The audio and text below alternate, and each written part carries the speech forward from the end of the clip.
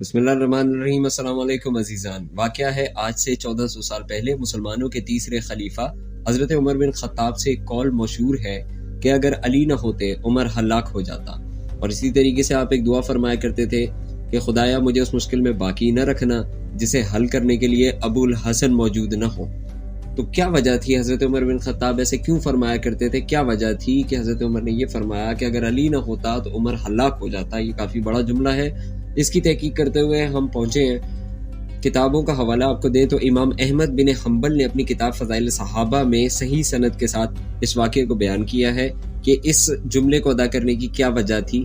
اسی طرح مشہور امام ہے سیت ابن جوزی، ان کی کتاب ہے تذکرۃ الخواص، اس کے اندر پیج نمبر 179 میں بھی یہ واقعہ مشہور ہے، اور اسی طریقے سے ایک اور کتاب سلونی جلد اول پیج نمبر 69 میں بھی یہ واقعہ مشہور ہے۔ لکھا ہوا ہے کہ کیا وجہ تھی حضرت عمر بن خطاب اس طریقے سے بیان فرمایا کرتے تھے۔ واقعہ کچھ اس طریقے سے، روایت کچھ اس طریقے سے کہ ابن مصیب سے روایت ہے۔ آپ فرماتے ہیں میں ایک دفعہ عمر بن خطاب کی محفل میں موجود تھا کہ وہاں بادشاہ روم کا ایک خط موصول ہوا۔ بادشاہ روم نے مسلمانوں کو چیلنج کیا تھا کہ ہم نے اپنے نبیوں سے آسمانی علم سے کچھ سوالات سیکھے ہیں، اگر تمہارا نبی بھی آسمانی علم کا دعوے دار ہے، آسمانی علم رکھتا ہے، اور تم میں سے کوئی اس کا وارث ہے، اس علم کو رکھتا ہے، تو ہمیں ان سوالوں کے جواب دو۔ یہ دراصل جو حملہ تھا یہ نبوت پہ حملہ تھا۔ حضرت عمر بن خطاب نے ان سوالوں کو ملاحظہ فرمایا، وہ ان کا جواب نہ دے سکے۔ جو اصحاب وہاں موجود تھے ان سے رجوع کیا، وہ بھی ان کا جواب نہ دے سکے، اور اس کے بعد حضرت عمر بن خطاب نے حضرت علی بن ابی طالب سے رجوع کیا۔ حضرت علی بن ابی طالب نے اس خط کو پڑھا اور فی البدی ان مشکل سوالوں کے جواب اس خط کے پیچھے تحریر کر کے دے دیے۔ اس کے بعد بادشاہ روم اور متاثر ہوا، اس نے مزید سوالات کیے، وہ سوال اگلی قسطوں میں آپ کو بتائے جائیں گے۔ فی الحال بادشاہ روم کا وہ خط جسے عمر بن خطاب حل نہ کر سکے تھے، اسے حضرت علی بن ابی طالب نے فی البدی حل کر دیا تھا۔ یہی وجہ تھی کہ عمر اکثر فرمایا کرتے تھے کہ اگر علی نہ ہوتے عمر ہلاک ہو جاتا۔ بہت سے موقعوں پہ حضرت عمر نے یہ فرمایا ہے۔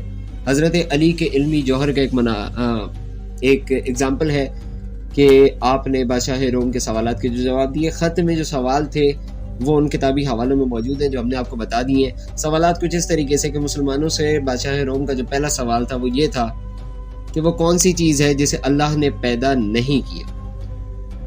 دوسرا سوال بادشاہ روم کا یہ تھا کہ وہ کون سی چیز ہے جسے اللہ نہیں جانتا۔ تیسرا سوال بادشاہ روم کا یہ تھا کہ وہ کیا چیز ہے جو اللہ کے پاس نہیں ہے۔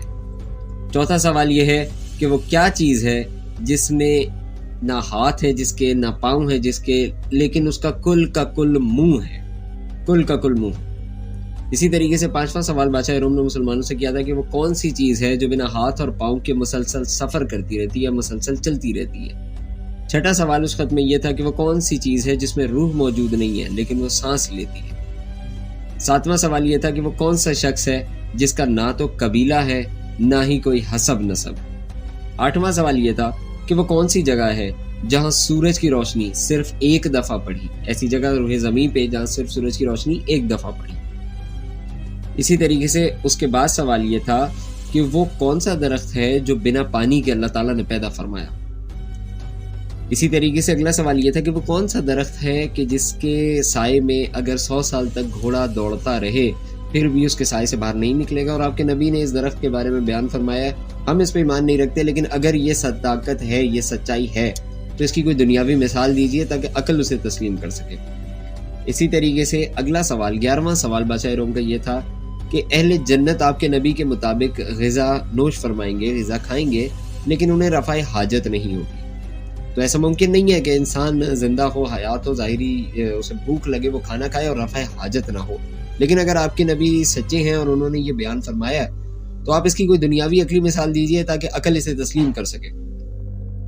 بادشاہ روم کا اگلا سوال یہ تھا کہ جنت میں آپ کے نبی صلی اللہ علیہ وسلم نے یہ ارشاد فرمایا ہے کہ ایک برتن کے اندر مختلف رنگ کے مشروبات ہوں گے، ان مشروبات ایک ہی برتن کے اندر مختلف رنگ کے مشروبات ہوں گے، انہی مشروبات کو جنتی نوش فرمائیں گے، مختلف ذائقوں کے مشروبات۔ بھلا ایسے کیسے ممکن ہے کہ مختلف مشروبات ایک ہی برتن میں موجود ہوں اور آپس میں ضم نہ ہوں، آپس میں ملے نہیں؟ اسی طریقے سے بادشاہ روم کا اگلا سوال یہ تھا کہ وہ کون سی 4 چیزیں ہیں جو کسی رحم سے پیدا نہیں ہوئی، ایسی جاندار 4 چیزیں جو کسی بھی رحم سے پیدا نہیں ہوئی۔ اور آخری سوال بادشاہ روم کا یہ تھا کہ آپ کے نبی نے فرمایا ہے صلی اللہ علیہ وسلم کہ جنت کے دروازے موجود ہیں، دروازے ہیں تو ان میں کنڈیاں بھی موجود ہیں، تو اگر ان میں کنڈیاں موجود ہیں تو ان کنڈیوں کی، ان دروازوں کی کنجیاں کیا ہیں، چابیاں کیا ہیں؟ یہ بادشاہ روم کے 14 سوالات تھے، اور حضرت علی نے اسے پڑھنے کے بعد فوراً خط پلٹا، وہاں لکھا مباد اللہ کا نام سب سے بڑا ہے، اللہ کے نام سے شروع کرتے ہوئے اس کے بعد ان سوالوں کے جواب دینا حضرت علی بن ابی طالب نے، شیر خدا نے، باب مدینۃ العلم نے شروع کیے۔ تو پہلے سوال کا جواب فرمایا کہ اے بندہ خدا، تمہارا سوال ہے وہ کون سی چیز ہے جو اللہ نے پیدا نہیں کی؟ تو وہ قرآن مجید، فرقان حمید، کیونکہ یہ اس کا کلام ہے، کلام اس کی صفت ہے، جس طرح وہ بزرگ برتر ہے اسی طرح اس کا کلام بھی قدیم اور عظیم ہے۔ کلام اس کی صفت ہے، یہ اس نے پیدا نہیں فرمائی، یہ اس نے بیان فرمایا، تو اس وجہ سے قرآن وہ شے ہے جو اللہ تعالیٰ نے پیدا نہیں کی۔ دوسرا سوال بندے خدا کا یہ تھا کہ وہ کون سی چیز ہے جسے اللہ نہیں جانتا؟ حضرت علی نے اس کے جواب میں بتایا کہ تمہارا یہ قول، عیسائیوں، تمہارا یہ قول کہ عیسیٰ اللہ کا بیٹا ہے، یہ قول اللہ نہیں جانتا۔ اللہ تعالیٰ نے اس کی طرف اشارہ کرتے ہوئے چیپٹر 9 ورس نمبر 30 میں بیان فرمایا کہ یہ یہود و نصارہ کہتے ہیں کہ عیسیٰ ابن مریم اور عزرا جو ہے وہ اللہ کے بیٹے ہیں، خدایا ان باتوں سے اللہ تعالیٰ جو ہے بری الزما ہے۔ اس کا اشارہ چیپٹر 9 ورس نمبر 30 میں ملتا ہے، اور حضرت علی نے بیان فرمایا تھا کہ وہ وحدہ لا شریک ہے، ولم یولد، کسی کو اس نے پیدا نہیں کیا، اس سے کوئی پیدا نہیں ہوا، نہ اس کو کسی نے پیدا کیا۔ تو تمہارا یہ جو قول ہے اس بات کو اللہ نہیں جانتا، اللہ بری ہے اس چیز سے۔ تیسرا سوال بادشاہ روم کا یہ تھا کہ وہ کون سی چیز ہے جو اللہ کے پاس نہیں ہے؟ حضرت علی نے فرمایا کہ ہمارے اللہ کے پاس ظلم نہیں ہے، صرف انصاف۔ ظلم وہ شے ہے جو اللہ کے یہاں نہیں ہے۔ وہ کیا چیز ہے کہ جس کے نہ ہاتھ ہے نہ پاؤں، بس اس کا کل کا کل منہ ہے؟ یہ سوال تھا چوتھا بادشاہ روم کا۔ اس کا حضرت علی نے جواب دیا دوزخ کی آگ، اور اس کے ریفرنس کے لیے حضرت علی نے چیپٹر 25 ورس نمبر 12 کی آیت کوٹ کی تھی، جو آیت کا ترجمہ اگر دیکھیں تو اس طریقے سے کہ جب وہ انہیں دور جگہ سے دیکھے گی۔ سب سے پہلے دوزخ کی جو آگ ہے، آگ کی فطرت آپ جانتے ہیں کہ اس میں کوئی بھی چیز ڈالی جائے اسے کھا جاتی ہے، ختم کر دیتی ہے۔ تو دوزخ کی آگ سے ریلیٹڈ چیپٹر 25 ورس نمبر 12 میں کیا فرماتے ہیں؟ اللہ تعالیٰ کا ارشاد ہے کہ جب وہ انہیں دور جگہ سے دیکھے گی، یعنی جہنم جب جہنمیوں کو دیکھے گی تو سنیں گے، جہنمی سنیں گے جہنم کا جوش مارنا اور چنگھاڑنا۔ چنگھاڑنا منہ سے ہوتا ہے۔ حضرت علی نے یہ دلیل پیش کی تھی، وہ کیا چیز ہے جس کے نہ ہاتھ ہے نہ پاؤں ہے، کل کا کل منہ ہے، تو وہ دوزخ کی آگ۔ اسی طریقے سے بادشاہ روم کے 5ویں سوال پر وہ کون سی چیز ہے جو بنا ہاتھ اور پاؤں کے صرف چلتی پھرتی رہتی ہے؟ حضرت علی نے اس کا جواب فرمایا کہ زمین پہ موجود پانی، کہ پانی کے نہ ہاتھ ہیں نہ پاؤں ہیں، لیکن تم زمانے میں سفر کر کے دیکھ لو کہ پانی مسلسل سفر میں ہی رہتا ہے، مسلسل روانی میں ہی رہتا ہے، چلتا رہتا ہے۔